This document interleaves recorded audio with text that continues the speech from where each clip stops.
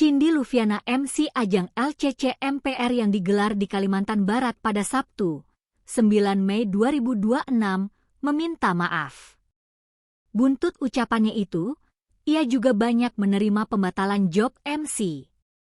Dalam curhatnya, Shindy mengaku tak hanya kehilangan pekerjaan.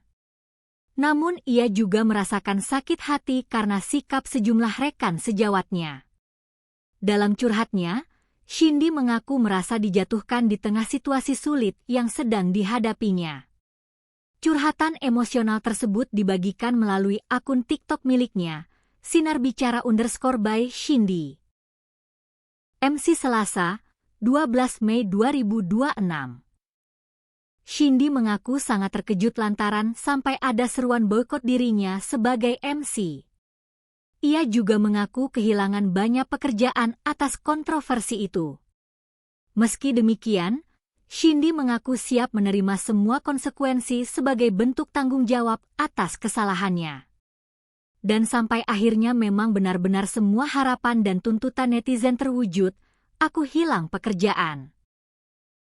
Aku bisa menerima itu semua dengan tabah, sabar, ini memang risiko yang harus aku terima atas kesalahanku. Lanjutnya, Shindy menyebut sangat menyakitkan ketika melihat rekan seprofesi justru merayakan jatuhnya dirinya atas kasus ini. Di akhir curhatannya, Shindy mencoba mengambil hikmah dari semua masalah yang menimpanya. Aku tetap akan berprasangka baik kepada Allah, semoga semua ini ada hikmahnya, semua ini pelajaran berharga buatku, tutup Shindy.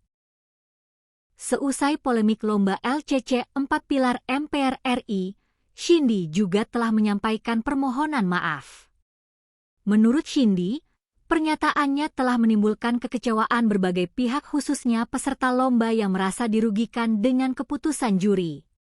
Shindy pun menjadikan peristiwa tersebut sebagai pelajaran dan membuatnya berhati-hati memilih diksi saat menjalankan tugas di ruang publik. Saat ini, Shindy juga telah dinonaktifkan dari MC LCC 4 Pilar MPR.